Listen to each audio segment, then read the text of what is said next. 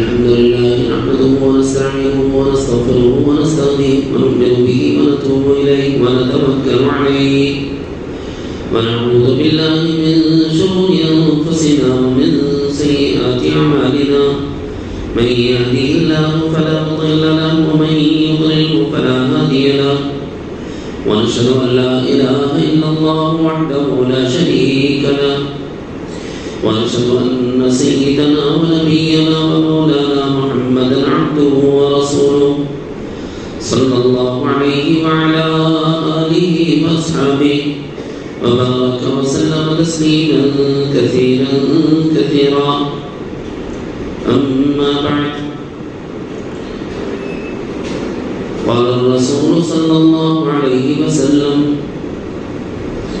إن في الإنسان لمضغة إذا صلحت صلح الجسد كله وإذا فسدت فسد الجسد كله ألا وهي القلب صدق رسوله النبي الكريم ونحن على ذلك لمن الشاهدين والشاكرين والحمد لله رب العالمين. برادران اسلام، مختاران ملت، ترتیب کے اعتبار سے اقسام قلوب بیان ہو رہے ہیں.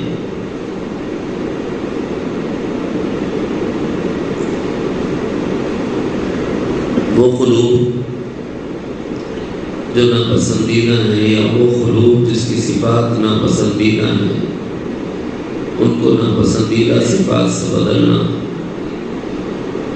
اور صفات حمیدہ سے قلب کو آراستہ کرنا، یہ مضمون چل رہا ہے. ترتیب گزشتہ 3 مجالس میں غالباً قلب منیب کا تذکرہ ہوا ہے. قلب سلیم، قلب وجل کا تذکرہ ہوا ہے. آج کی مجلس میں 2 قلوب سے متعلق آیات اور اس کا سباق سنایا جا رہا ہے. ایک قلب وہ ہے جو ناپسندیدہ ہے، اس سے اپنے کو نکالنا ہے. ایک قلب وہ ہے جو اپنے کو بنانا ہے. عنواناً ایک قلب کو جس کی صفات ہمارے اندرون سے نکال کر باہر کرنی ہے، قلب الہی ہے.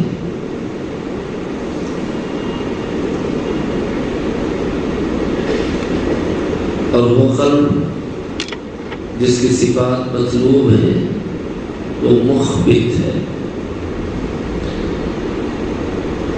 دونوں کا عنوان ایک ہی، اور اس کا آدھے سے زیادہ مضمون قلب قاسی کے ضمن میں آپ کو سنا چکا ہوں، اس لیے آج تفصیلی بات نہیں رہے گی، لیکن ضروری اور اہم بات آ جائے گی.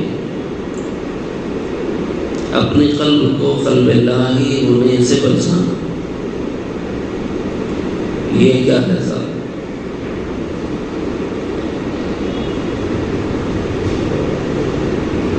قرآن مقدس جو ہے وہ 3 بنیادی عقیدوں کی دعوت دیتا ہے: الوہیت، رسالت اور آخرت. الوہیت، رسالت، آخرت کی فہم کے لیے قرآن مقدس. اللہ کو کیسے جانیں گے؟ کلام اللہ کے ذریعے سے، رسول اللہ کے ذریعے سے. آخرت کو کیسے مانیں گے؟ علم الہی کے ذریعے سے، خبر رسول کے ذریعے سے. یہ علم الہی اور خبر رسول کیا ہے؟ یہ قرآن مقدس. رسول کو کیوں مانے، کیا مانے، کیسا مانے؟ کیوں مانے، کیا مانے، کیسا مانے؟ اور یہ علم ملتا ہے قرآن مقدس.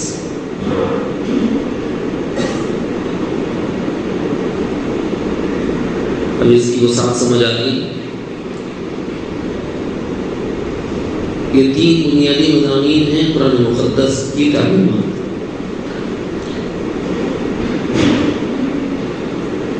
یہ جو آخرت ہے، اس آخرت کے بارے میں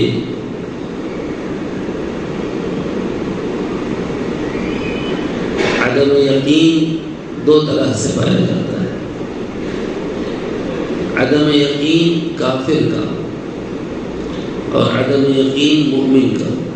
ہم لوگ آخرت نہیں مانتے، پکا مانتے ہیں، خدا کی قسم نہیں جانتے، نہیں مانتے.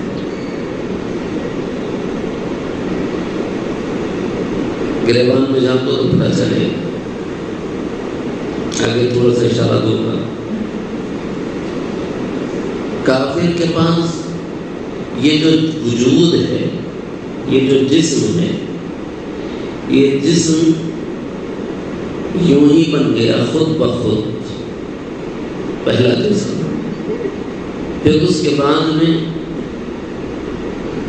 آٹومیٹیکلی ایک نظام چلا، میاں بیوی کی ملاقات ہو اور دوسرا وجود اس سے تخلیق پائے.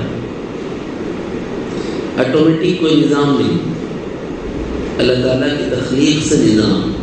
یہ بنیادی فرق یاد رکھنا. دہریوں میں اور ایمان والوں میں یہ فرق ہوتا ہے. دہریہ خدا نہیں مانتا، اس لیے کہتا ہے جو کچھ ہو رہا ہے سب خود بخود ہو رہا ہے.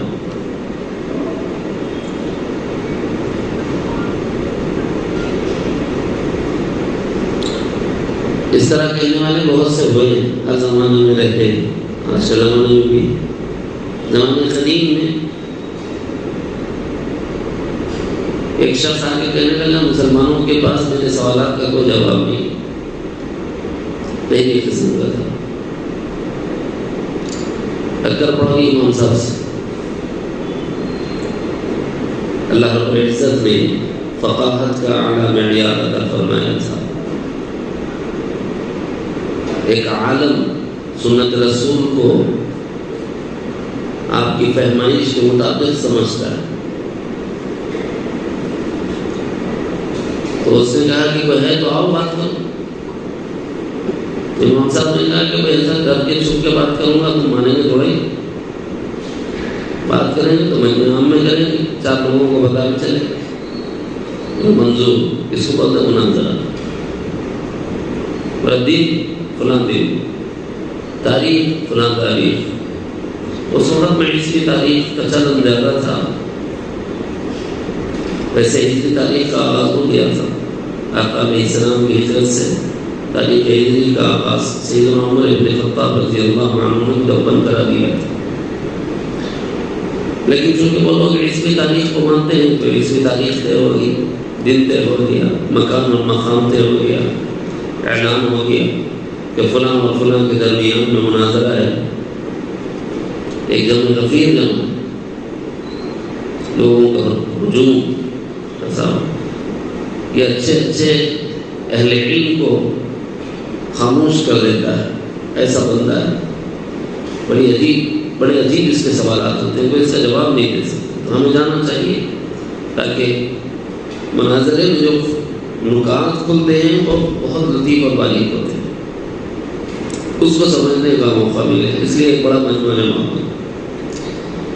دن اور تاریخ اور وقت طے کرنے کے بعد امام صاحب تاخیر سے پہنچے.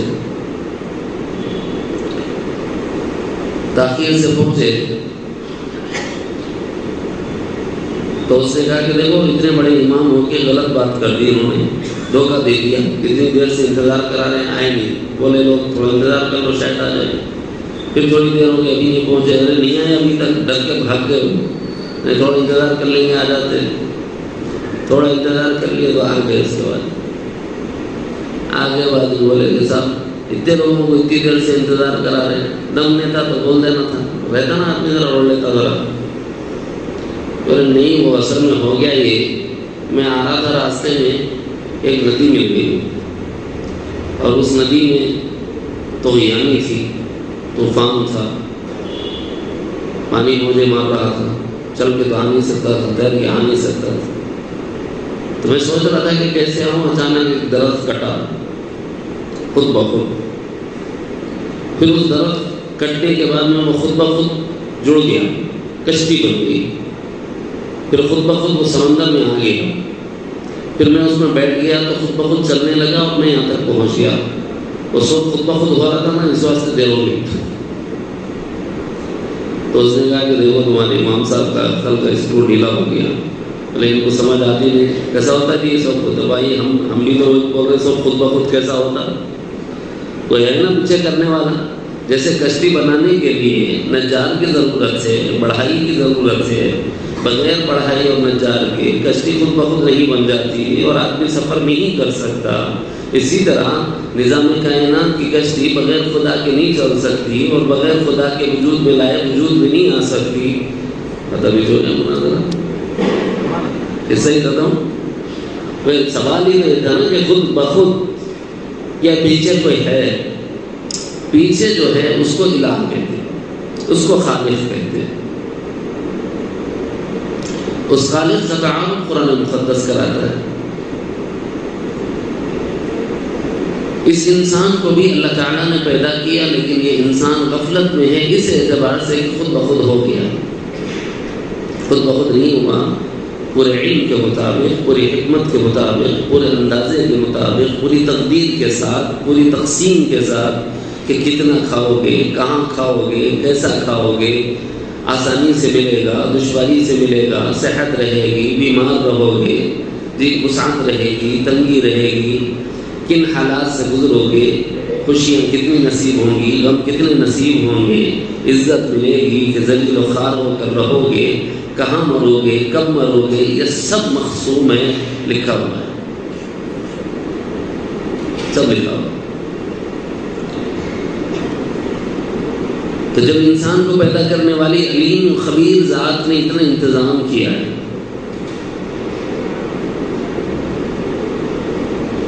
اس اللہ کے بارے میں علم نہیں، اس اللہ نے اپنا علم دینے کے لیے پھر رسول بھیجا، تو رسول کو رسول نہیں مانتے اور ماننا چاہیں گے لیکن ویسا نہیں مانتے جیسا ماننا ہے، یعنی گھوٹالا اور گھپلا کر دیتے۔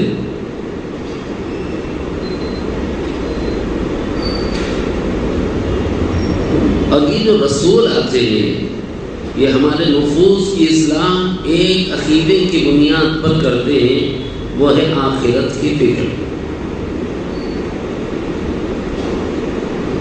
بھائی جو کر رہے ہو دیکھ لو، کل قیامت کا میدان ہوگا اور تمہیں اللہ کو حساب دینا ہوگا اور تمہیں اللہ کو حساب دینا ہوگا، آپ کا عمل آپ کے ساتھ، میرا عمل میرے ساتھ، اور یہ اللہ تعالیٰ دیکھیں گے۔ تو یہاں اس بات کے ماننے میں پہلے تو اللہ کو نہیں مانتا، عدم یقین، دوسرے رسول کو رسول نہیں مانتا، عدم یقین، تیسرے آخرت کو نہیں مانتا،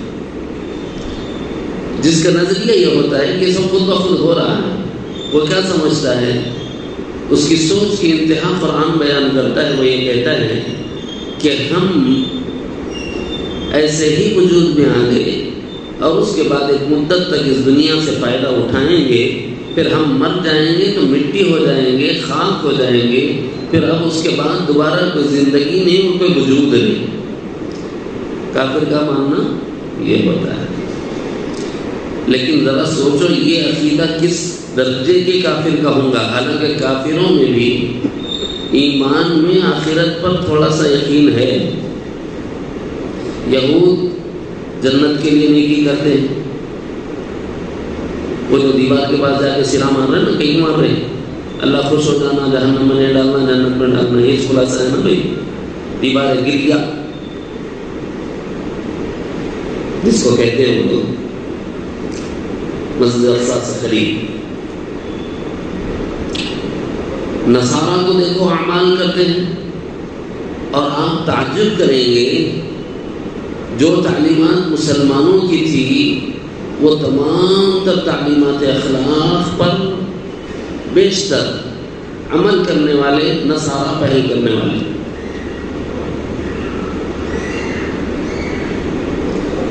اللہ کہتا ہے وَيُطْعِمُونَ الطَّعَامَ، لوگوں کو کھانا کھلاؤ۔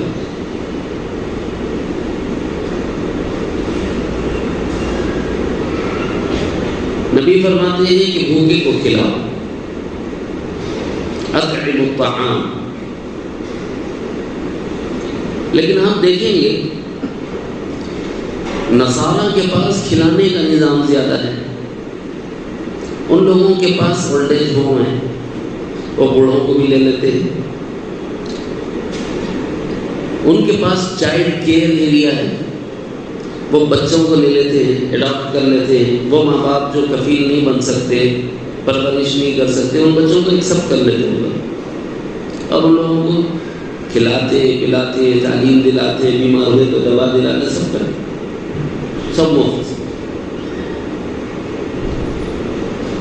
کھلانا ذمہ داری امت مسلمہ کی تھی، کر رہے کون؟ نصارہ. اس امت کا پہلا سبق ہے علم حاصل کرو، اقرا. تعلیم اور ایجوکیشن میں آپ دیکھو اکثریت ان کی نظر آئے گی. ہمارے پاس، معاف کرنا اگر کوئی اس میں ہے اسکول والا تو، مگر میں بھی دل جلا ہوں، کیا کروں. جتنے مسلمان اسکول والے ہیں نا، ایریا دیکھتے کون سے ایریے میں اسکول کھولے تو پروفٹ زیادہ ہوتا ہے، وہاں اسکول کھولتے. ارے بھائی وہاں ضرورت ہے وہاں کھولو، وہاں غریباں ہیں وہ تو ان کرتے ہیں. بچے فیسا ہی نہیں دیتے، فائدہ کیا ہے؟ سوچتے نہیں سوچتے. یہ امت مسلمہ کا حال. حالانکہ امت مسلمہ کو اس میدان میں سب سے آگے ہونا چاہیے تھا، تعلیم کے میدان میں، لیکن بہت پیچھے. آپ نصارہ کو دیکھو، چھوٹا سے چھوٹا دیہات ہوگا، چرچ ملے گا، ہاسپٹل ملے گا، اسکول ملے گا، تعلیم فری. عقیدہ خراب کر دیتے، علاج فری، عقیدہ خراب کر دیتے. کیا بولتے ہیں؟ پڑھا لو بچے کو، خالی ہماری ایک ہی شرط، 8 دن میں ایک بار چرچ کو آ جانا بس. وہ ذرا اس کو دعا کرتے، دعا میں بیٹھو، چلے جاؤ. دعا کی کس کو ضرورت نہیں ہے؟ ہم بولتے سب سے پہلے ہمارے کو ضرورت ہے. دعا کی سب کو ضرورت ہے نا بھائی. تو نہ کیا بولتے، دعائی سے وہ خالی بیٹھو چلے جاؤ. لیکن اس دعا میں جو عقائد شرکیہ ہیں، کیا اس کا علم ہے؟ علم آیا تو وہ معلوم ہوگا نا. اور وہ علم قرآن ہے، اور اس علم قرآن کو ہی لینا نہیں چاہ رہے ہیں، تو اب تمہارا کیا عقیدہ بنایا گیا، تمہارا کیا نظریہ بنایا گیا، کیا پتا؟ کچھ نہیں پتا. میں اکثر کہا کرتا ہوں 2 شعبے اس امت میں خدمت کے ہیں، یاد رکھنا سر. 2 شعبے اس امت میں خدمت کے ہیں، لیکن اس وقت لوگوں نے اس کو تجارت بنایا. ایک تعلیم ہے اور دوسرا طب ہے. ایک تعلیم، ایجوکیشن، اور دوسرا طب، ڈاکٹری، دوائیں، حکمت. یہ خدمت کے شعبے کہلاتے تھے. زمانے قدیم میں کوئی کسی کو پڑھاتا تھا تو معاوضہ نہیں لیتا تھا. زمانے قدیم میں کوئی علاج کرتا تھا تو معاوضہ نہیں لیتا تھا. یہ مفت کرتے تھے، جڑی بوٹیوں سے علاج کرتے تھے، تو بس دے دیا چلے. اگر کسی نے خدمت کر دی تو اسی کو دوسرے ضرورت مند محتاجوں پر خرچ کر دیتے تھے. اللہ تعالیٰ اس طرح ان کی زندگیوں میں برکت عطا فرماتا تھا. اور بڑے بڑے کارنامے کیے ہیں اطباء نے، مسلم سائنسدانوں نے اور مسلم طبیبوں نے، حکیموں نے جو کارنامے انجام دیے. آج وہ چرا لے کے تھوڑا سا میڈیسن جو ہے نا بنتی ہے، مسلمانوں کے پاس سے چوری کرے سو اس کا کتنا پروفٹ مل رہا ان لوگوں کو. ارے تمہارا اثر تھا، تم لوگ اگر اس کو دیکھتے تو کتنا ملتا تھا. یہ ہمارا قصور ہے کہ ہم نے اپنے بڑوں کی طرف دیکھا ہی نہیں. جو طب پڑھائی جاتی ہے، ابن سینا کی پڑھائی جاتی ہے. آپریشن کیسا کرنا، انہوں نے سیکھا تو کیسا ہے. خیر اللہ تعالیٰ ہمیں توفیق عطا فرمائے. 2 شعبے خدمت کے ہیں، ایک تعلیم اور ایک طب. لیکن اس وقت سب سے مارکیٹ میں ایک ورڈ بولا جاتا ہے، ایک لفظ بولا جاتا ہے، نو لاس پروفٹ، یعنی جس میں کسی قسم کا نقصان نہ ہو، نفع ہی نفع ہو. ایسا کوئی مجھے پیشہ بتاؤ تاکہ میں اس سے جڑ کر کماؤں. تو اس وقت ہائیسٹ لسٹ کے اندر سب سے اوپر ٹاپ جو نام آتے ہیں نا وہ 2 ہیں. آپ دواخانہ کھول لو صاحب لاس ہائش نہیں ہونے. دوسرے آپ اسکول کھول لو صاحب لاس نہیں ہونے. کیوں؟ تعلیم تو ہر آدمی لینا چاہ رہا دیتا, کچھ بھی ہو دیتا. اور بیمار ہو آدمی مرتا کیا نہ کرتا, گھراں بیچتا لیا کو ڈالتا, دکاناں بیچتا لیا کو ڈالتا, قرضے لیتا لیا کو ڈالتا. جان بچی تو کوشش کر رہے ہیں صاحب, بچتی نہیں بچتی وہ تو مقصود من اللہ, اللہ تعالیٰ کی طرف سے طے ہے. لیکن یہ تھا تو کام خدمت کا, یہ کام کون کر رہا ہے؟ نصارہ کر رہے ہیں. امت مسلمہ کو کیا ہوا ہے؟ یہ روگ ہے. جو کرنا ہے وہ کام ہم کر نہیں رہے, اور جو نہیں کرنا ہے ان کاموں میں الجھے ہوئے. بنیادی طور پر یہ آدمی وہ کام اس وقت کرے گا جب اس زندگی کے خلاصے کو سمجھ جائے گا کہ بھئی الآخر انتہا منتہا انسانی موت, ایک آخری ہچکی آئے گی, روح جسم سے نکل جائے گی, ہمارا علاقہ ہمارا تعلق دنیا اور اہل دنیا سے ختم ہو جائے گا ایک ہی جھٹکے میں. اب جس بندے کو یہ فکر پیدا ہو گئی اور ہونا چاہیے, اور اسی فکر کو پیدا کرنے کے لیے رسول بھیجے گئے, اور اسی فکر کو پیدا کرنے کے لیے قرآن اتارا گیا. اسی لیے پورے قرآن میں 3 عقیدے بنیادی طور پر بتائے گئے: الوہیت الہیہ, رسالت رسل اور فکر آخر. تو مرنے کے بعد اٹھایا جانا ہے, یہ نظریہ اور عقیدہ ہر جگہ ہے, اور یہود بھی کر رہے ہیں, نصارہ بھی کر رہے ہیں. یہاں تک کہ اس ملک کا غیر مسلم باشندہ بھی کوئی بھی اچھا کام کر رہا ہو, آپ اس سے پوچھیں ارے صاحب یہ آپ خیر خیرات کہیں کو کر رہے ہو, بولے تو کیا بولتا, سورگ مل گئی تو اچھا ہے بول کے کر رہا ہوں. ہماری علاقائی زبان میں سورگ اور نرک کا لفظ استعمال ہوتا ہے. نرک کس کو بولتے صاحب؟ جہنم کو. ارے بھائی کافر مان رہا ہے کہ مرنے کے بعد جانا ہے یا تو جنت میں یا جہنم میں. مومن کو کیا ہوا, جنت میں جانا بول کے اچھے کام نہیں کر رہا, اور جہنم سے بچنا بول کے برے کاموں سے نہیں بچ رہا. یہ ہے بنیادی چیز. اس لیے میں نے کہا عدم یقین کی 2 صورتیں ہیں. ایک یہ کہ پرلے درجے کا وہ کافر جو یہود سے بھی گر گیا, جو نصارہ سے بھی گر گیا, جو مشرکین سے بھی گر گیا, اس سے نیچے کے درجے کا جو منکر ہے وہ یہ کہتا ہے کہ ہم مر کے مٹی ہو جائیں گے, دوبارہ کوئی زندگی نہیں. جناب رسول اللہ صلی اللہ علیہ وسلم ایک مرتبہ بازار سے گزر رہے تھے. کفار مکہ میں سے ایک شخص آیا اور ایک بوسیدہ ہڈی کو اس نے ہاتھ میں لیا, اور چونکہ جب بوسیدہ ہو جاتی ہے دھوپ لگنے کی وجہ سے تو وہ انتہائی کھوکھلی ہو جاتی. جب اس کو اس طرح مت دیا جائے, مروڑ دیا جائے, تو یہ ہوتا ہے جیسے نرلا ہمارے ہاتھ میں پچک جائے اور برادہ ہو جائے, اسی طرح ہڈی برادہ ہو جاتی. جب وہ برادہ نیچے گرنے لگا تو اس نے حضور کو بتایا اور یوں کہا, محمد تم یہ کہتے ہو کہ ہم مر کے جب ایسے ہو جائیں کہ پھر اس کے بعد زندہ کیے جائیں گے. اللہ نے فرمایا اقترب للناس حسابهم وهم في غفلة معرضون. لوگوں کے لیے حساب کا وقت بہت قریب آ گیا, لیکن ابھی وہ لوگ غفلت میں پڑے ہوئے ہیں. ایک تو ان کو کہا گیا ہے جو یہ کہتے ہیں کہ کیا اس طرح ہڈی برادہ ہو جائے پھر دوبارہ پیدا ہو.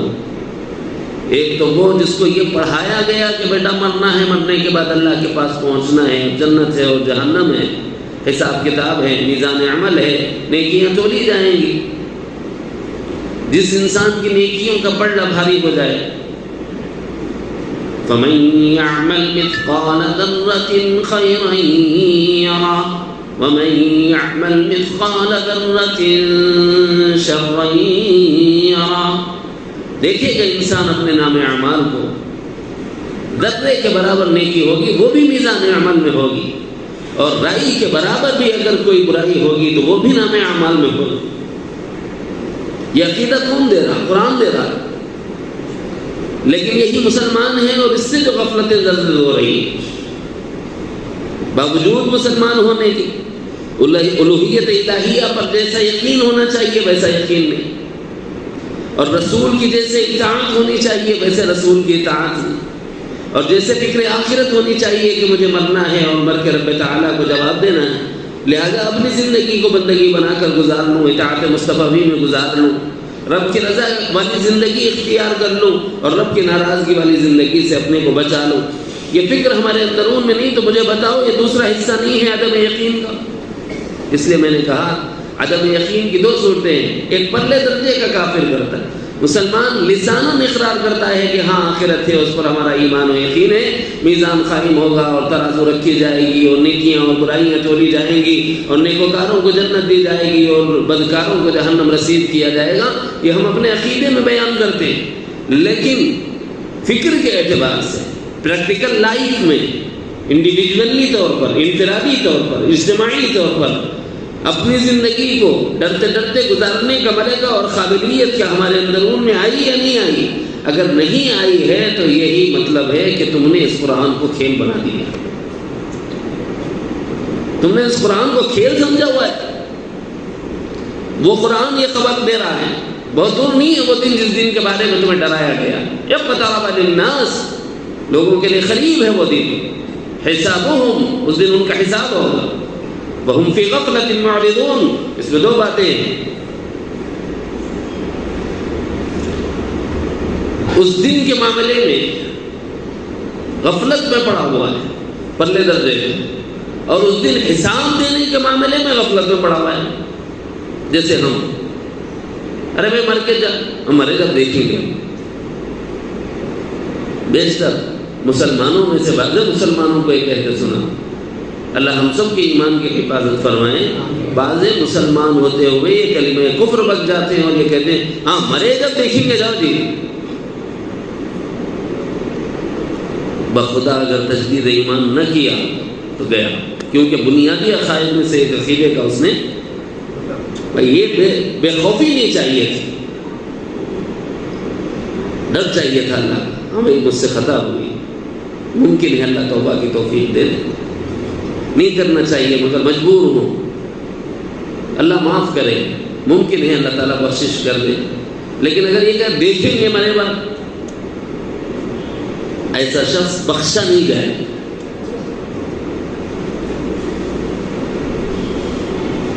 ما يأتيهم من ذكر من ربهم محدث إلا استمعوه وهم يلعبون۔ اللہ تعالیٰ فرمانے کہ جب اللہ تعالیٰ کی جانب سے کوئی نصیحت اتاری جاتی ہے، یعنی کوئی بات اللہ کہہ رہے ہیں کہ ایسا کر لو، ایسا مت کر لو، اس کو نصیحت کہتے ہیں، قرآن نصیحت بھی کہہ لو، خدائی نصیحت بھی کہہ لو، مصطفی نصیحت بھی کہہ لو، کہ بھئی کیا کرنا ہے کیا نہیں کرنا ہے، کیسے زندگی گزارنا ہے کیسے نہیں گزارنا ہے۔ آیات کی صورت میں قرآن کی آیت بنا کر اللہ تعالیٰ جب اتارتے ہیں، ما یأتیہم من ذکر من ربہم، نہیں آتی کوئی آیت اس کے رب کی طرف سے مگر بصورت نصیحت، الا استمعوہ، وہ سنتے تو ہیں، وہم یلعبون، مگر وہ کھیل میں پڑ جاتے ہیں، اس آیت کا ٹھٹا اڑاتے ہیں، اس آیت کا مذاق اڑاتے ہیں۔ مثلا مفسرین نے لکھا ہے اس کا مصداق اول کفار مکہ ہے، اس کا مصداق اول کون ہے؟ کفار مکہ ہے۔ میں مصداق ثانی بھی انشاءاللہ کنایتاً بتاؤں گا بچنے کے لیے۔ مصداق اول کفار مکہ ہے کا کیا مطلب ہے؟ جب کبھی کوئی آیت اترتی اور رسول اللہ صلی اللہ علیہ وسلم لوگوں کے درمیان اس قرآن کو سناتے تو لوگ یہ کہتے تمہاری بات کئی گمان نہیں، کیا تمہارے کو سرخاب کے پر لگے ہوئے ہیں کیا؟ یہ میری جو باتیں ہوتی ہیں نا وہ سمجھانے کے لیے ہے، من عن اس کی ترجمانی نہیں ہوتی، بعض باتیں میری طرف سے ہیں۔ جیسے کوئی آدمی کسی آدمی کو ہلکا بتانا ہو تو کیا کہتا ہے؟ تم کون ترم خاں، تم کون کیا تمہارے کو سینگاں نکل آئے، تم کون کیا تمہارے کو سرخاب کے پر لگ گئے، تمہاری کہیں کو سننا، میری مرضی، میرے دل میں جو آیا میں کر، تمہاری سننا میرے کو ضروری نہیں ہے۔ بولتے اس طرح کے جو جملے بولتے ہیں نا، اس کو بولتے ہیں یلعبون، کھیلتے۔ یہ جو کفار مکہ تھے نا وہ نبی سے کھیلتے تھے۔ میں نہیں کہہ رہا، آگے قرآن کہہ رہا ہے کیا کیا کہتے تھے، ایک ایک لفظ اللہ تعالیٰ نے قرآن مجید میں ذکر فرمایا ہے۔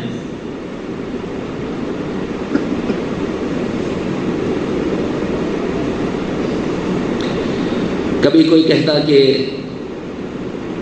دیوانے چھوڑ دو، نخل کفر کفر نباشت، نعوذ باللہ من ذالک، آپس میں کہتے تھے۔ تمہارے کو نہیں معلوم، انہوں ایک شاعر ہے، تم عقل سمجھ رکھ کے بھی ان کی پیچھے جاتے۔ اس کو اللہ نے کہا وَهُمْ يَلْعَبُونَ، اتاری آیت اللہ نے ہے اور اس آیت کا مذاق اڑا رہے ہیں لوگ، کھیل تماشا بنا دیا، نبی کی بے احترامی کر دی، نبی کی بے عظمتی کر دی۔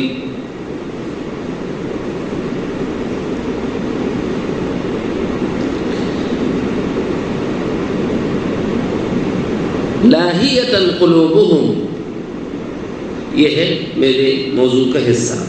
ان کے قلوب کو قلب لاہی اللہ تعالیٰ کہہ رہے ہیں۔ کس معنی میں؟ ان کے دل فضولیات میں لگ گئے، بجائے اس کے کہ عبرت لیتے، بجائے اس کے اس بات سے نصیحت لیتے، بجائے اس کے کہ اپنے کو درست راستے پہ ڈال دیتے، بیکار کاموں میں پڑ گئے۔ یعنی آخرت کی فکر دلائی جائے اور دنیا کی بات کی جائے تو یہ بیکار کام نہیں ہوں گے۔ کاش آپ میری اشارے تک پہنچے۔ آخرت کی فکر دلائی جائے اور ہم دنیا کے کام میں مشغول ہوں تو کیا یہ لاہیہ نہیں ہے؟ فضول کام میں لگ جانا نہیں ہے؟ ایک آدمی وہ ہے جس کو آخرت کی فکر دلائی جا رہی ہے، لیکن وہ غفلت میں اس اعتبار سے ہے، بلکہ کھیل کود میں اس اعتبار سے ہے کہ تضحیق کرتا ہے، تمسخر کرتا ہے، مذاق اڑاتا ہے، اور اس بات کو وہ کان دھر کے نہیں دیتا اور ایمان قبول نہیں کرتا، یعنی بے ایمانی کی حالت میں فضول کام میں پڑ گیا۔ لیکن دوسرا مسلمان جب حی علی الصلاۃ کی آواز لگے، کیا اس کو فکر آخرت نہیں دلائی؟ حی علی الفلاح، کامیابی اس میں ہے بھائی، ادھر آ جاؤ، حی علی الصلاۃ، نماز قائم کر لو۔ کیوں؟ اس لیے کہ کامیابی نماز میں ہے۔ الصلاۃ خیر من النوم، نہیں چھوڑ دو یہ فضول کام، اس سے بہتر ہے کہ ہم جاگ جائیں نماز کے لیے، کہ نماز بہتر ہے نیند سے۔ نہیں کہا، اذان میں الفاظ نہیں تو رہے ہیں، فکر آخرت دلائی جا رہی ہے اور ہم تجارت میں مشغول ہیں، تو اللہ فرما رہے ہیں کہ یہ کھیل ہے، تماشا ہے۔ تم نے ایک حق بات اور ایک باخبر کرنے والے کی خبر کے باوجود فکر آخرت سے غفلت برتی ہے، اور ایسی غفلت برتی ہے کہ فضول میں لگ گئے۔ اب یہ تمہاری تجارت بھی فضول ہے، یہ تمہاری ملازمت بھی فضول ہے، یہ تمہاری زراعت بھی فضول ہے، یہ دنیا کا کوئی اچھے سے اچھا کام ہو، یہ سب فضول ہے۔ حکم خدا کے مقابلے میں کوئی چیز کوئی معنی نہیں رکھتی۔ لاہیۃ قلوبہم، ایک طرف حکم خدا آ رہا ہے، خدائی حکم کو چھوڑ کر دوسرے کام میں لگ جانا، یہ لاہیہ ہے۔ اب مجھے بتاؤ کیا ہم اس کا شکار ہیں یا نہیں؟ ہم سب کے سب الامان والحفیظ، اللہ میری اور آپ کی سب کی حفاظت فرمائے، اس جرم کے مرتکب ہیں کہ اللہ کی طرف بلایا جاتا ہے، آخرت کی فکر دلائی جاتی ہے، لیکن اس کے باوجود دنیا کے کاموں کو اہمیت دیتے ہیں، جس کی وجہ سے رب کا حکم مؤخر ہوتا ہے اور اپنے دنیاوی کام مقدم ہو جاتے ہیں۔ تو گویا ہم نے اپنے کام کو مقدم کیا اور رب کے پیغام کو مؤخر کر دیا۔ یہ کھیل ہے اور اصل کام کے مقابلے میں فضول کام میں پڑ جانا ہے۔ یہ بطور تنبیہ، زجر و توبیخ، تھوڑی سی نصیحت آ گئی درمیان میں۔ اصل تو وہ لوگ ہیں جو بالکل ہی قبول نہ کریں، نماز ہی نہیں قبول کرتے۔ ثانیاً وہ لوگ نماز کے لیے بلایا جائے پھر غفلت کرے، یہ ثانیاً آتے ہیں۔ انکار تو نہیں کرتے، اس لیے کافر نہیں کہا جاتا۔ امام اعظم نے فرمایا کہ ایک ہے ایک انسان کا اللہ کے احکام کو بجا لانا، اگر کوئی بندہ بجا نہیں لاتا تو ہم اس کو فاسق و فاجر تو کہہ سکتے ہیں کہ اس نے اللہ کے کرنے کا جو کام ہے وہ نہیں کیا، جو حکم اللہ کا تھا کہ یہ کرو وہ نہیں کیا، اس لیے اس کو فاسق کہا جا سکتا ہے۔ اور جن کاموں سے اللہ نے روکا تھا کہ یہ کام مت کرو اور آدمی نے وہ کر لیا تو فاجر کہہ سکتے ہیں کہ یہ آدمی نہیں کرنے کا کام نہیں کرا، نہیں کرنے کا کام کرا، تو یہ فاسق و فاجر کا فتویٰ دیتے ہیں، لیکن کافر نہیں۔ کیوں؟ جتنا ہو سکا کافروں کو مسلمان بناؤ، مسلمانوں کو کافر مت بناؤ. احتیاط. آخر تک دیکھیں گے کیا زبان سے بھی انکار کر رہا ہے. اب جب زبان سے بھی انکار کرے گا تب تو پھر مجبوری ہے، شریعت مطہرہ ٹھپا لگا دیتی ہے، فتویٰ دے دیتی ہے کہ صاحب زبان سے انکار کے بعد اب کیا باقی رہ گیا، ختم ہو گیا مسئلہ.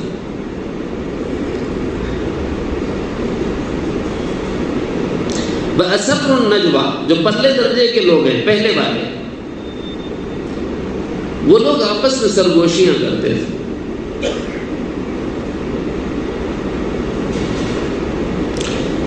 وہ سرگوشیاں الذین ظلموا، جو لوگ کے ظلم کرنے والے تھے. یہاں پر ظلم کس معنی میں بولا گیا؟ الوہیت کو نہ ماننا ظلم ہے، اپنے آپ کو تباہی کی طرف لے جا رہا بھائی. رسالت کو نہ ماننا ظلم ہے، آخرت کو نہ ماننا ظلم ہے، فکر آخرت کا پیدا نہ کرنا یہ ظلم ہے. الذین ظلموا. پھر وہ کہتے ہیں هل هذا الا بشر مثلکم، یہ تو ہمارے جیسے ہی انسان.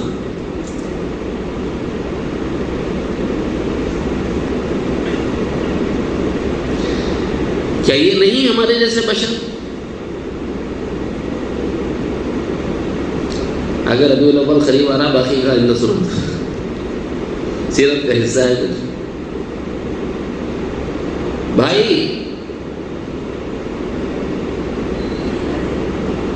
انسانوں کی ہدایت کے لیے انسانوں کو ہی بھیجا جاتا ہے.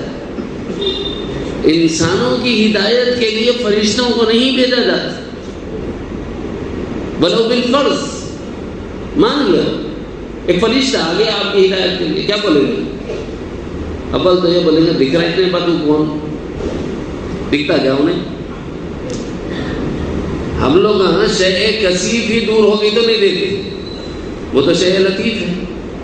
وہ مخلوق جس کو اللہ نے لطیف بنایا، نورانی مخلوق ہے، مستور ہے، پوشیدہ ہے، آتی جاتی ہے لیکن نظر نہیں آتی.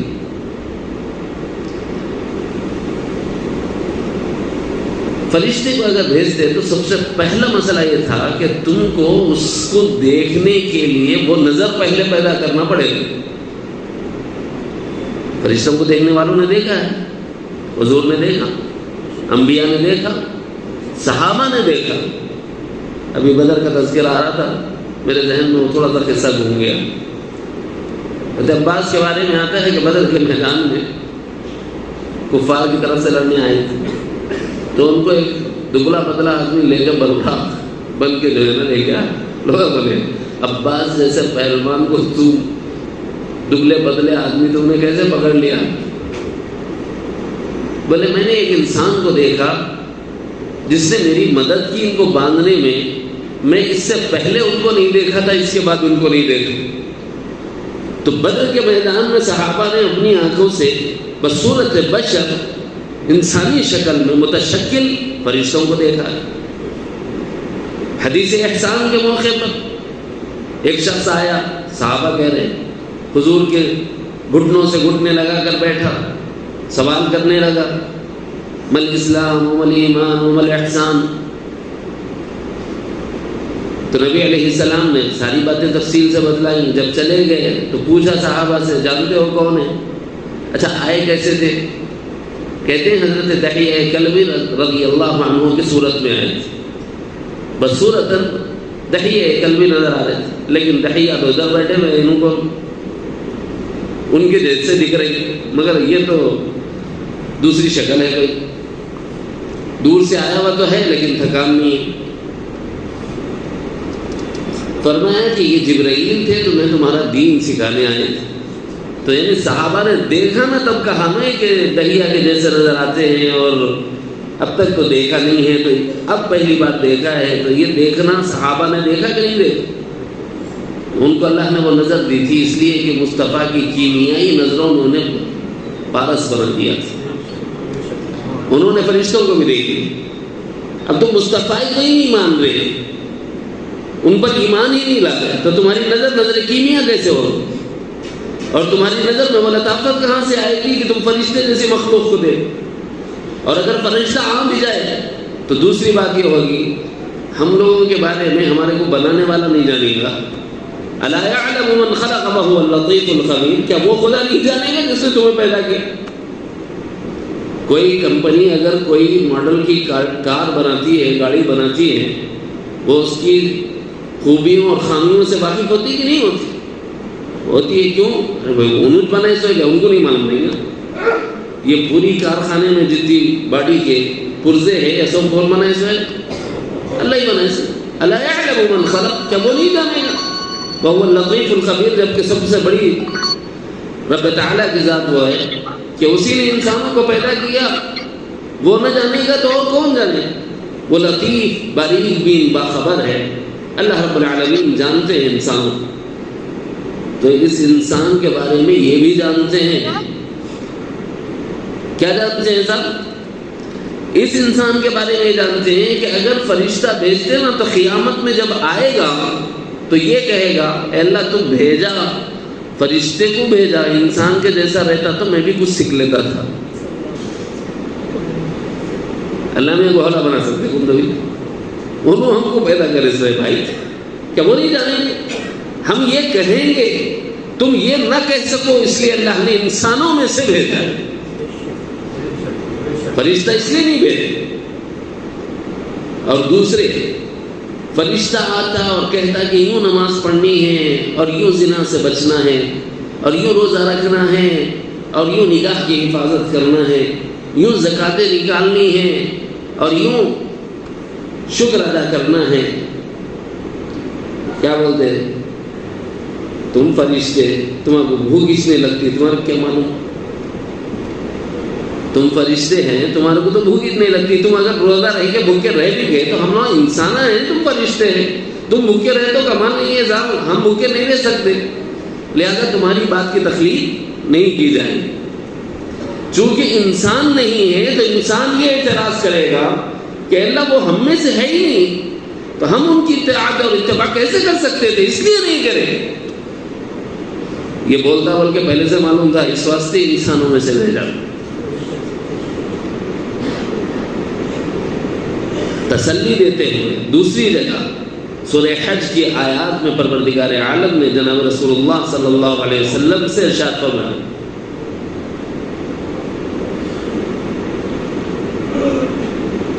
وَمَا أَرْسَلْنَا مِنْ قَبْلِكَ مِنْ رَسُولٍ إِلَّا نُوحِي إِلَيْهِ. آپ سے پہلے بھی ہم نے جو رسول بھیجے نا وہ انسانوں میں سے تھے. کیوں؟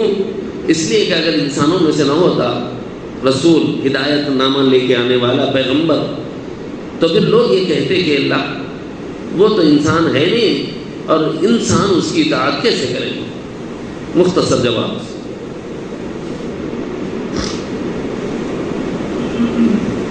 الا بشر مثلکم، یہ بات چل رہی تھی. وہ کیا رسول کو کیا مانے؟ یہ دوسرا چیپٹر شروع ہو جاتا ہے. جو عام انسانوں کی طرح انسان مانے اور اس کی وجہ سے نبی کی اطاعت سے پھر جائے، اس قلب کو قلب الہی کہتے ہیں. پھر نبی کو کیا مانے؟ کہ انسان نہ مانے؟ انسان نہیں مانے تو ابھی بھی وہی سوال پیدا ہو جاتا ہے. پھر مختصر کر دیتا ہوں سمجھانے کے لیے. اللہ رب العزت نے رسولوں کو انسانوں میں سے بنایا ہے، لیکن ہر انسان میں فرق ہے. دیکھو بھائی، یہ فرق سمجھانے کے لیے ایک پتھر ہے وہاں الکوثر کے مسجد کے جو طہارت خانے بنے ہوئے ہیں وہاں پر پیروں کے پاس رکھا ہوا ہے اندر جانے کے لیے. کبھی اس کو اٹھا کے بوسہ دیے؟ کیوں بھائی؟ دماغ خراب ہو گیا ہے انسان، مینٹل ونٹل تو نہیں ہو گئے؟ طہارت خانے کے پتھر کو تم کبھی بوسہ دیتے؟ پتھر ہے وہ، چلتے اس پہ سے، جھاڑو مارتے اس پہ سے، چومنے کی چیز پڑی پتھر پہ چل سکتے نا؟ ذرا اوپر آؤ، ادھر آؤ مسجد کی طرف، مسجد عثمان ابن عفان میں داخل ہو جاؤ. وہ جو پلر بنے ہوئے ہیں نا، اس کے اندر آتے آتے چپل پہن کے آؤ، کیا خیال ہے؟ ارے پتھر جی، وہ بھی وہ ایک ہی فیکٹری کا ہے، ایک ہی جگہ لائے سو ہے، ایک ہی لاری میں آیا سو ہے، ایک ہی مزدور بٹھایا سو ہے، ایک پتھر وہاں ہے، ایک پتھر یہاں ہے، اس کو آپ چپل پہن کے رون دیتے ہو اور اس میں چپل پہن کے نہیں آتے، کیوں؟ صاحب نسبت بدل گئی ہے۔ ایک طہارت خانے میں اس کا مقام وہ ہے، لیکن اس کو نسبت مل گئی مسجد کے ساتھ، اس کو نسبت مل گئی بیت اللہ کے ساتھ، اس کو نسبت مل گئی اللہ کے گھر کے ساتھ، اللہ کے ساتھ، لہذا اب چپل پہن کے یہاں نہیں آیا جاتا، کیونکہ جہاں نسبت اللہ تعالیٰ کے انوارات کی ہو جاتی ہے وہ مقام مقدس ہو جاتا ہے۔ خود پروردگار عالم نے حضرت موسیٰ علیہ السلام سے فرمایا تھا جب طور کی وادیوں میں داخل ہو رہے تھے، فَاقْلَعْ نَعْلَيْكَ إِنَّكَ بِالْوَادِ الْمُقَدَّسِ طُوًى، میرے موسیٰ اپنی چپل اتار دیجیے، اپنی نعلین اتار دیجیے، فَاقْلَعْ نَعْلَيْكَ، قرآن میں گواہ ہے، فَاقْلَعْ، خالی ہو جاؤ نعلین سے، امر کر دے رہا ہے، فَاقْلَعْ نَعْلَيْكَ، کیوں؟ کیا ہوا اللہ؟ یہ پہاڑی تو ہے نا، اب تک پہاڑ تھا، لیکن اب اللہ کی تجلیات کا ورود ہے۔ انک بالواد المقدس طویٰ، آپ طویٰ کی مقدس وادی میں اب قدم رنجہ فرما رہے ہو، اب اس کا احترام یہ ہے کہ اب چپل اتارو۔ ایک ہی فیکٹری کا ہے، پتھر پتھر ہی ہے، لیکن نسبت بدل گئی تو اثر بدل گیا اور حکم بدل گیا۔ چلیے صاحب، کیا اس مسجد کے پتھر کو بوسہ دیتے، چمہ لیتے، آنکھوں کو لگاتے؟ نہیں صاحب، کئی پتھر ہے صاحب، ٹھیک ہے نماز پڑھنے کے واسطے ٹھہر کو نماز پڑھ لیتے، چپل نہیں پہنتے لو۔ اللہ سب کو حج کی توفیق دے، سب کو عمرہ نصیب فرمائے۔ اپنے مبارک گھر جب اللہ بلائے نا تو جانا تو ایک گھر دے، اس گھر میں ایک چھوٹا سا پتھر، اس پتھر میں پتھر کے ٹکڑے لگائے ہوئے ہیں، چپکائے ہوئے چھوٹے چھوٹے چھوٹے۔ جب جاتے ہو طواف کرنے کے بعد عمرہ ہو جائے، اب وہ چونکہ ادھر ادھر مر لیتے تو حالت احرام میں نہیں چھینا بول کے بولتے ہیں، لیکن جب آدمی احرام میں نہ ہو، نفل طواف میں ہو، جاتا ہے تو کیا کرتا ہے؟ کیا بھائی بڑے چومے چاٹیاں چل رہے ہیں؟ یہ حجر اسود ہے۔ حجر کس کو بولتے ہیں؟ پتھر کو بولتے ہیں بابا۔ حجر کس کو بولتے ہیں؟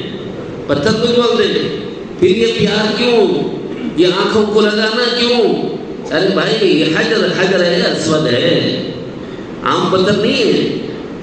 ہر پتھر نہیں ہوتا، جنس کے اعتبار سے پتھر ہے، لیکن نسبت کی وجہ سے اس کی عظمت بڑھ جاتی ہے۔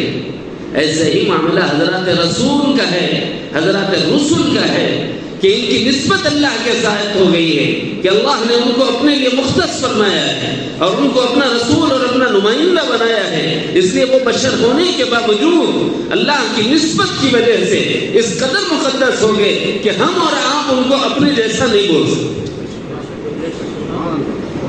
پتھروں کا فرق مثال سے سمجھ لیے نہیں سمجھ؟ ایسے ہی انسانوں میں فرق سمجھتے ہیں۔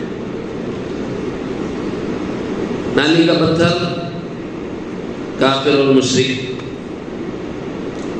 مسجد کا پتھر مسلمان، اس سے زیادہ ادب والا پتھر علماء، حفاظ، اولیاء، اور حجر اسود سے مقدس حضرات انبیاء کرام علیہم الصلاۃ والتسلیمات۔ جب انبیاء کا یہ حال ہے تو امام الانبیاء کا کیا حال ہوگا؟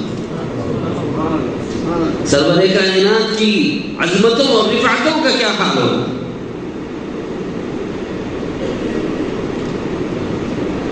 اس سے پہلے بھی مجلس میں عرض کیا تھا، لیکن شاید بونس ہو گئی، دوبارہ عرض کر دیتا ہوں۔ لیکن ایک مذلت قدم بھی ہے، احتیاط سے بھی رہنا۔ اللہ نے چاہا کہ اپنا آپ دیکھو، سلوک کی معراج میں لے جا رہا ہوں، اللہ نے چاہا فَأَحْبَبْتُ أَنْ أُعْرَفَ، اپنے آپ کو جاننا چاہتا ہوں میں۔ تو اللہ نے اپنے جلال، اپنے جمال کے کمال کا جب ظہور فرمایا تو آئینے میں شبیہ مصطفیٰ تھی. اللہ نے اپنے جمال و جلال کے کمال کا جب مظاہرہ فرمایا، اپنی صفت جلال و جمال کو ایک شکل دی، تو شکل کی جو شبیہ بنی ہے وہ شبیہ جناب محمد رسول اللہ صلی اللہ علیہ وسلم کی ذات گرامی ہے.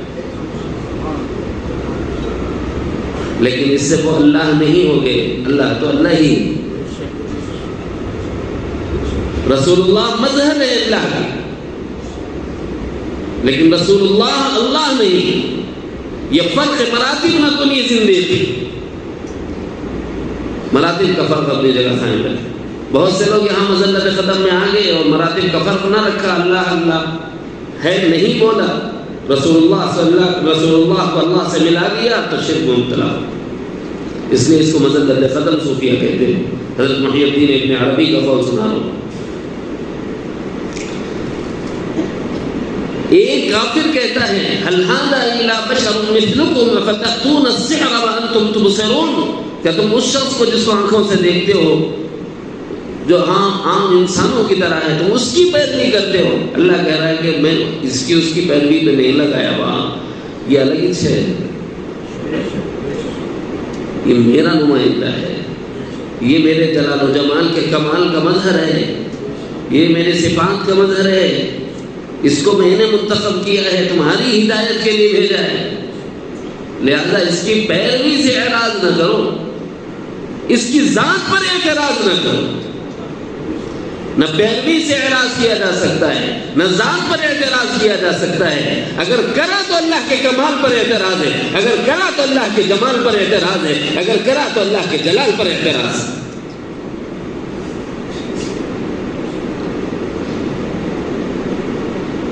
جب آپس میں سرگوشیاں کرتے ہوئے کہتے ہیں ہمارے جیسے انسان ہیں کئی ان کی طاقت،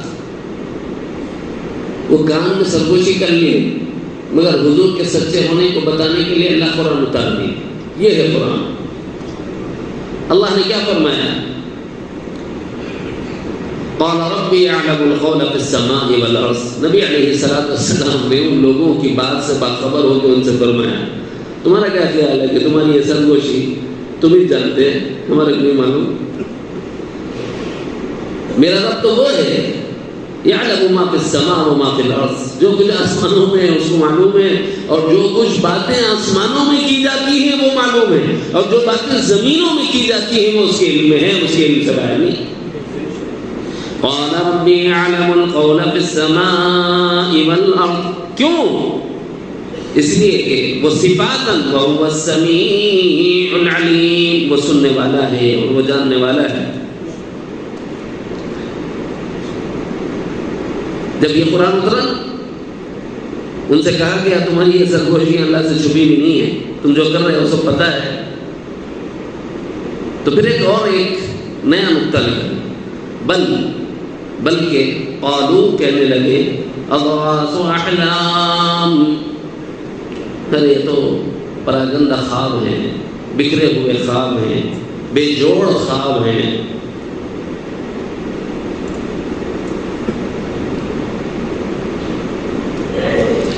بل افتراہ بل هو شاعر، یہ تو بس افطرا ہے کہ اللہ کی طرف سے بول کے بول دی ہے، وہ تو شاعر ہے. فَلْيَأْتِنَا بِآيَةٍ كَمَا أُرْسِلَ الْأَوَّلُونَ. یہ کہنے کے بعد اتنے ڈھیر ہو گئے، الٹا بولنے لگے اچھا چلو تم سچے نبی ہے نا، تو قوم عاد، قوم سمود، یہ جو قومیں تھیں ان میں جو نبی آئے تھے ان لوگوں نے تو بڑے بڑے معجزات دکھائے نا، تم یہ کر کے بتاؤ، تم یہ کر کے بتاؤ، تم یہ کر کے بتاؤ. تو اللہ تعالیٰ نے فرمایا کہ تمہارا نمبر تھوڑا ہی نہیں، میں میری طرف سے کہہ رہا ہوں، ترجمانی کہہ رہا ہوں. اللہ اللہ ہے بھائی، ہمارا نوکر تھوڑا ہی ہے. ہم بولے ایسا کرو بولے تو کر دیتے ہیں ہم نے. اللہ تعالیٰ نے فرمایا کہ تمہارے فرمائشی معجزات اور مطالبات پورے نہیں کیے جائیں گے. کیوں؟ اس لیے کہ ہم تمہارے پابند نہیں ہیں. ماننا ہے مان، نہیں ماننا جان میں جاؤ. اللہ کا کچھ جلنے والا نہیں.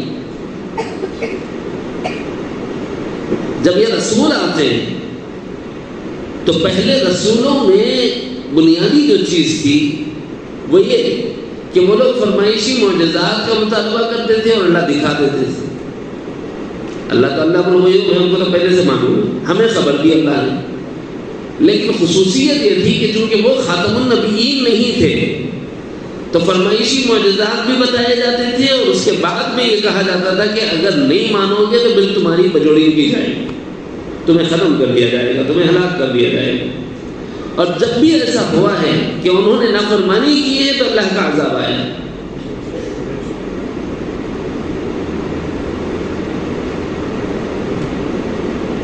اللہ کا قاعدہ یہ ہے مطالبے کے مطابق جو معجزہ دکھا دیا جائے اس کے بعد نہ مانے تو ہلاک کرو. Chapter close. بتاؤ بولے بتا دیے خلاص, نہیں بولے پٹو. یہ ہے قاعدہ.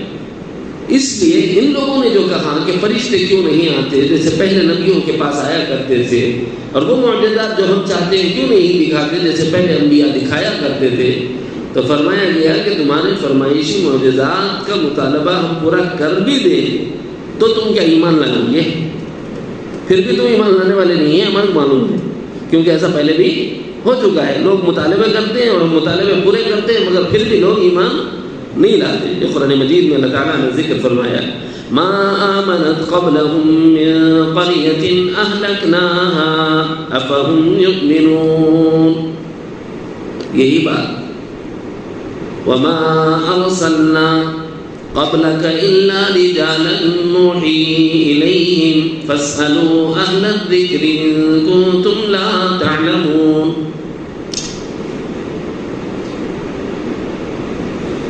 اور نہیں بھیجا ہم نے رسولوں کو مگر انسانوں میں سے ہی, مردوں میں سے ہی.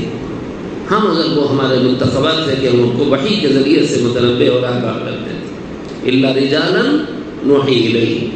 اور اگر تم کو یہ باتیں انبیاء کی کلام کے علاوہ نظر آ رہی نا, تو آدم کیوں آئے تھے, شیس کیوں آئے تھے, ادریس کیوں آئے تھے, جناب والا نوح کیوں آئے تھے, جتنے انبیاء آئے وہ کیوں آئے تھے. فاسألوا اہل الذکر, جن کو ہم نے کتاب دی نا جیسے تورات, انجیل, صحف ابراہیم, موسیٰ و ہارون, ان لوگوں سے پوچھو جا کے کیا انبیاء نے کبھی اپنے کو فرشتہ کہا ہے؟ کیا کبھی انبیاء نے ان باتوں کے علاوہ کوئی بات کہی کہ اللہ کو مانو, رسول کو مانو, آخرت پر ایمان لاؤ اور آخرت کا یقین رکھو اور اپنی زندگی کو ڈرتے ڈرتے گزارو؟ کیا ان تعلیمات کے علاوہ کوئی اور بات بھی تھی؟ فاسألوا اہل الذکر ان کنتم لا تعلمون. یہ ساری باتوں کی تصدیق ہو جائے گی اہل کتاب کے ذریعے سے. اہل کتاب میں سے وہ جو سچے ہوں, بہت سے ایسے تھے جھوٹے بھی تھے, جاننے کے باوجود یعرفونہ کما یعرفون ابناءہم وَإِنَّ فَرِيقًا مِّنْهُمْ لَيَكْتُمُونَ الْحَقَّ وَهُمْ يَعْلَمُونَ. وہ جانتے پوچھتے, حالانکہ اپنے بیٹوں کی طرح حضور کو نبی برحق جانتے تھے, مگر پھر بھی فرقے میں پڑ گئے, تفرقے میں پڑ گئے, اختلاف میں پڑ گئے, حق کو قبول نہ کیا. اور وہ جانتے تھے کہ یہ حق پہ ہیں اور باطل پہ ہیں, پھر بھی کرے ایسا. لیکن جو ایمان والے ہیں, جو ایمان لا چکے ہیں اور اہل کتاب میں سے ہیں, فاسألوا اہل الذکر, یہ کتاب والے ہیں, پچھلی کتابوں کے عالم ہیں اور اس کتاب کے ماننے والے ہیں, تمام کتابوں کا علم ان کے سامنے ہے, لہذا آپ ان سے پوچھ لو, تمہیں پتہ چل جائے گا کہ انبیاء کی تعلیمات کیا تھی, الوہیت الہیہ, رسالت رسل اور فکر آخرت. تو اپنے قلب کو قلب الہی ہونے سے بچانے کی صورت کیا ہے بھائی؟ غفلت سے نکلنا. کس بات کی غفلت؟ قیامت کے معاملے میں غفلت سے نکلنا. اگر ہم غفلت میں ہیں تو ابھی ہم قلب الہی میں مبتلا ہیں, یا ہم میں وہ صفت پائی جاتی ہے. قرآن مقدس پیغام الہی سے کھیل نہ کرنا. اس کے دو معنی ہیں. اللہ کا حکم ہے معلوم ہو جانے کے باوجود ہاں رہنے دو. ایک معنی یہ, میں نہیں مانتا جی اللہ رسول, نعوذ باللہ. بعض ایسے بھی ہوتے ہیں جاہل اجڑ قسم کے لوگ, یہ بات بھی نہیں ہوتی. بعض ایسے ہوتے ہیں کہ قرآن پڑھا جا رہا ہے, غفلت ہو رہی ہے, مجھے معاف کریں. کبھی ایسا ہوتا ہے کہ امام صاحب سے کہا جاتا ہے کہ صاحب سورہ یاسین کی تلاوت کر دیجئے، سورہ فتح کی تلاوت کر دیجئے، سورہ واقعہ، سورہ سجدہ کی تلاوت کر دیجئے، سورہ ملک کی تلاوت کر دیجئے۔ امام پڑھ رہا ہوتا ہے یا کوئی پڑھ رہا ہوتا ہے اور ہم باہر کھڑے ہوئے دنیا کی باتوں میں مشغول ہوتے ہیں، کہیں ہمارا دل ان میں سے تو نہیں ہے؟ جائزہ لے لینا، یہ بے احترامی ہے قرآن کی۔ کبھی ایسا ہوتا ہے رمضان آتا ہے، چونکہ تراویح ذرا لمبی نماز ہے، امام صاحب کا معاملہ، وہ بیچارے تو مجبور ہیں اللہ اکبر بولے بعد پڑھانا ہے، پھنس گیا سب سے پہلے۔ اب یہ لوگ پھنسے انہوں تو پڑھ رہے ہیں، لیکن پیچھے والے مزے کر رہے ہیں، کوئی چائے پی رہا ہے، کوئی پان کھا رہا ہے، کوئی سگریٹ پھونک رہا ہے، کوئی ادھر سے ادھر ٹہل رہا ہے، اور جب امام صاحب رکوع میں جا رہے ہیں پیچھے بھاگ اللہ اکبر۔ ایسی غفلت بھی ہوتی ہے، کہیں ہمارا دل لاہیا تو نہیں ہو گیا؟ ہم دنیا میں مشغول تو نہیں ہوں گے قرآن چھوڑ کے؟ اپنا جائزہ لینے کی ضرورت ہے، تھوڑا فکر کرنے کی ضرورت ہے، کہیں اس میں سے اللہ ہمیں نہ اٹھائے۔ اس لیے بھائیو قرآن کی عظمت کو ملحوظ رکھو۔ قرآن مجید کی تلاوت اگر ہو رہی ہو تو تھوڑی دیر بیٹھ جاؤ، اطمینان سے سن لو، 5-7 منٹ میں کچھ ہمارا لاکھوں کروڑوں کا نقصان ہونے والا نہیں، ویسے اپن اتنے کمانے والے ہے بھی نہیں، کون سا نقصان ہو جائے گا؟ 5-10 ہزار 15 ہزار کا نقصان ہو جائے گا، اگر ہوا بھی اس سے زیادہ کا تو نہیں ہوتا۔ اس لیے بھائی قرآن جب پڑھا جا رہا ہو تو خوب اہتمام سے، یہ اللہ کا کلام ہے۔ جن کے دلوں میں قرآن کی عظمت ہوتی ہے اللہ رب العزت ان کی نسلوں میں دین کو داخل فرماتا ہے۔ تو اپنی نسلوں کو دیندار بنانا ہے تو قرآن کا احترام کرو بھی اور کرواؤ بھی اپنی اولادوں سے اور اپنی نسلوں سے، ورنہ کہیں ایسا نہ ہو کہ بے احترامی قرآن کی وجہ سے لاہیا، تیرا دل تو لاہیا ہے، یہ نہ کہہ دیا جائے۔ وَأَسَفُ النَّجْبَ، سرگوشیاں پسندیدہ نہیں۔ حق ہے نا تو زور سے بولو، کانوں میں کیا ہے؟ کانوں میں غیبتیں ہی ہوتی ہیں۔ ایک تو وہ سرگوشیاں ہیں جو نبی کے خلاف، کچھ سرگوشیاں ہیں ایک مومن کی دوسرے مومن کے خلاف، نہ یہ پسندیدہ ہے نہ وہ پسندیدہ ہے۔ اگر یہ سرگوشیاں ہمارے اندرون میں ہیں جو اللہ کے خلاف، رسول کے خلاف ہے، دین و شریعت کے خلاف ہے، تو پھر تو سمجھ لو کہ ہمارا دل لاہیا ہے۔ لیکن اگر اللہ اور رسول اور دین و شریعت کے خلاف نہیں ہے لیکن کسی مومن کی غیبت ہے، پھر بھی یہ گناہ کبیرہ ہے، اس سے بچنے کی ضرورت ہے۔ ایسی سرگوشیوں سے بچو۔ الذین ظلموا، کہیں ایسا نہ ہو کہ تم اپنے آپ کو ظالم بنا بیٹھے۔ کون ہوتا ہے ظالم؟ وہ جو یہ احکام دیے جا رہے ہیں اس کے خلاف کرتا ہے، وہ ظالم ہوتا ہے۔ کس کا دل لاہیا ہے؟ جو نبی علیہ الصلوۃ والسلام کو عام انسانوں کی طرح سمجھے، اس کا دل بھی لاہیا ہے۔ آپ کے مقام کو نہ پہچانے، آپ کی عظمت ملحوظ نظر نہ رکھے، آپ کا احترام سامنے نہ رکھے اور بے قدری کرے نبی علیہ الصلوۃ والسلام۔ لیکن اس کا یہ مطلب بھی نہیں ہے کہ آپ دائرۂ بشریت سے باہر کریں۔ اللہ تعالیٰ نے آپ کو انسانوں میں سے بنایا ہے مگر انسانوں جیسے نہیں ہے۔ اس باریکی کے ساتھ، اس نزاکت کے ساتھ نبی رحمت صلی اللہ علیہ وسلم کی ذات گرامی کو ماننا ایمان کا تقاضا ہے۔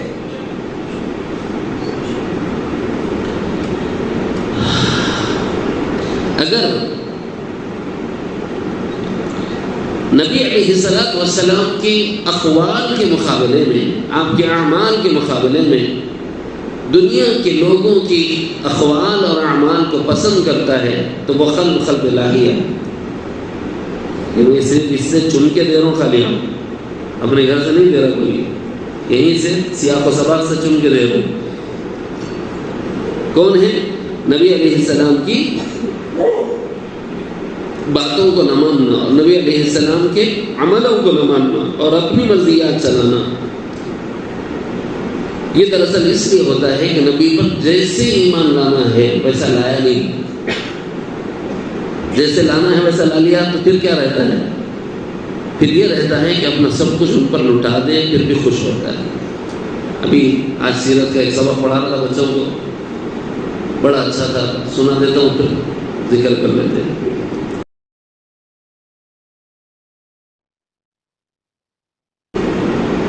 ایک خاتون تھی، نبی رحمت صلی اللہ علیہ وسلم نے غزوہ احد کے موقع پر صحابہ کرام کے ساتھ سفر فرمایا۔ اس سفر میں جبل رمات پر 70 صحابہ کی ایک جماعت کو بٹھا دیا تھا اور یوں فرمایا کہ جب تک میں نہ کہوں جملوں پر غور کرنا ہی میرے سبق کا حصہ ہے۔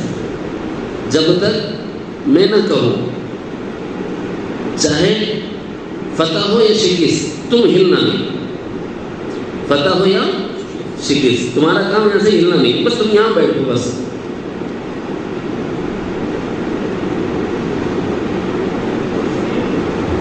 جب جنگ میں فتح ہوتی ہوئی نظر آئی، دشمن کو بھاگتا ہوا دیکھا، تو جبل الرماح پر جو بیٹھے ہوئے صحابہ تھے 70، ان میں سے 10 نے کہا کہ حضور نے منع کر دیا، بیٹھو۔ تو باقی 60 نے کہا کہ حضور کا حکم اس وقت تک تھا جب تک جنگ چل رہی تھی، اب تو دشمن بھاگ گیا، غنیمت لینے کا ٹائم ہے، اب اللہ کے نبی کا حکم نہیں ہے، لہٰذا اپنی مرضی داخل کر لی اور جگہ چھوڑ دی۔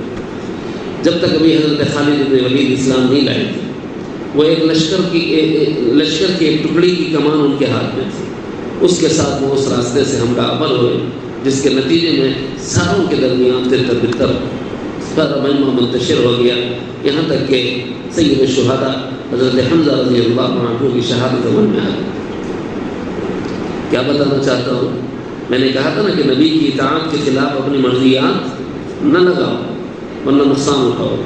اب یہاں ہو گیا یہ کہ نبی کا حکم تھا، حکم کو توڑ دیا، قول نبی کا لاج نہ رکھی، نتیجے کے اعتبار سے اتنا بڑا خسارہ اور نقصان ہو گیا کہ رسول اللہ صلی اللہ علیہ وسلم کے دندان مبارک شہید ہو گئے، آپ کا نچلا ہونٹ پھٹ گیا، آپ کا لبادہ مبارک، آپ کا لباس مبارک خون سے بھر گیا، یہاں تک کہ آپ گڑھے میں گر گئے۔ بہت سے صحابہ ڈٹے رہے، پھر اللہ تعالیٰ نے نصرت فرمائی۔ سیدنا حمزہ رضی اللہ عنہ کے اعلان پر جب جمع ہو گئے، پھر حملہ کیا، تو پھر اللہ نے فتح عطا فرمائی اور دشمن بھاگ گئے۔ اب ایسا روک بیٹھا کہ وہ لوگ چلے گئے، تو حضور واپس تشریف لائے۔ تو اس وقت میں ایک خاتون جنت دوڑتی بھی آ رہی تھی۔ حضرت علامہ شبلی نے بھی اپنی سیرت میں اس واقعے کا ذکر کیا ہے اور نظم میں کیا ہے۔ میں نے بچوں سے کہا کہ بیٹا یاد کر لے، بڑا پیارا انداز ہے، مجھے نظم تو یاد نہیں ہے، میں اس کی ترجمہ نہیں کرتا۔ لوگ کہنے لگے کہ وہ خاتون دوڑتی ہوئی آ رہی تھی، پردہ دار خاتون، عفت مآب خاتون، جب اس طرح دوڑتی ہوئی آ رہی تھی تو ہمارے وجود لرز گئے کہ ہم اس عورت کو کیسے تسلی دیں جو بے قابو ہو کر گھر سے نکل پڑی، حالانکہ پردے میں رہنے والی عفیفہ ہے، پاک دامن عورت ہے۔ کسی نے کہا کہ اب اس کو کیسے خبر دوں کہ اس کے شوہر کی شہادت ہوگی، کیسے اس کے والد کی شہادت کی خبر دوں؟ الغرض لوگوں نے شہادت کی خبر بھی دے دی، تمہارے والد شہید ہو گئے، تمہارے بھائی شہید ہو گئے، تمہارا شوہر شہید ہو گیا۔ تو اس خاتون کا ایک ہی جملہ تھا، وہ جملہ یہ تھا کہ مجھے یہ بتاؤ کہ جناب محمد رسول اللہ صلی اللہ علیہ وسلم کیسے؟ تو اس وقت لوگوں نے کہا کہ ہماری ملاقات تو نہیں ہوئی، لیکن اتنی بات ہے کہ حضور حیات ہیں، ہاں البتہ زخمی ہیں، آپ صلی اللہ علیہ وسلم زخمی ہیں۔ تو وہ زخموں کے بعد جب سنی نا تو اتنی آپ دیدہ ہو گئی کہ اپنے شوہر کی شہادت پر اتنا نہیں روئی، اپنے والد کی شہادت پر اتنا گریہ نہیں آیا، اور اپنے بھائی کی شہادت کی خبر پر اتنی غمگین نہ ہوئی۔ جب رسول اللہ کے زخمی ہونے کی خبر سنی تو دوڑتی ہوئی سرکار کے پاس گئی۔ جب آقا علیہ السلام کے چہرے انور دیکھا تو ان کی زبان سے ایک جملہ نکلا جو تاریخ میں سنہری حروفوں سے لکھے جانے کے قابل ہے۔ تو انہوں نے فرمایا تھا کل مصیبت بعدک جلال، میرے محبوب آپ کو دیکھ لیا، اب باپ کی شہادت بھی میرے لیے کوئی غم نہیں، شوہر کی شہادت بھی میرے لیے کوئی غم نہیں، اور میرے بیٹے کی اور بھائی کی شہادت بھی میرے لیے کوئی غم نہیں، آپ حیات ہیں تو میرے لیے سب کچھ۔ مسلمان وہ ہوتا ہے جو بندہ اپنے نبی کو یوں مانے اور یوں ان کو چاہے، یوں ان کی اطاعت اور اتباع کرے، اس قلب کو قلب مخبت کہتے ہیں، جو عاجزی کے ساتھ ان کے آگے سرنگوں ہو جائے، جھک جائے، سرنڈر ہو جائے، ان کے احکامات کی پیروی کرے، ان کی اطاعت میں اپنے آپ کو لگائے، وہ قلب مخبت۔ یہ آخری جملوں میں پورا دوسرے قلب کی صفات ایک ہی اس نے سنا دیا میں آپ، ایک واقعہ احد سے کیا معلوم ہوتا ہے؟ نبی نے اگر کہا ہے تو جو کہا کرنا، جو کیا کرنا، نہیں کرو گے نقصان خود اٹھاؤ گے، دنیا میں بھی آخرت میں۔ دوسرے، نبی کی اطاعت اور اتباع محبت و عقیدت کے ساتھ چاہیے۔ عام لوگوں کی طرح ان کو انسان نہ سمجھو، ان سے اتنی محبت کرو کہ اپنے سب کچھ ان پر نثار ہو جائے۔ جب یہ چیز آئے گی تو ان کی اطاعت آ جائے، ورنہ پھر اطاعت نہیں آئے۔ عشق و محبت سے ہی یہ کشتی عرفان چلا کرتی ہے۔ اللہ تعالیٰ مجھے اور آپ کو، اگر ہمارے اندر ان میں صفات الہیہ ہیں تو اس سے ہمارے قلوب کو پاک فرمائے، اور ہمارے قلوب کو ان کے آگے جھک جانے والا، سرنڈر ہو جانے والا قلب مخبت بنائے، اور ہم سب کو اللہ تعالیٰ پاکیزہ فرمائے، اور نبی علیہ الصلوۃ والسلام کی سچی محبت اور محبت کے ساتھ اطاعت و اتباع اللہ ہم سب کو نصیب فرمائے۔ یہ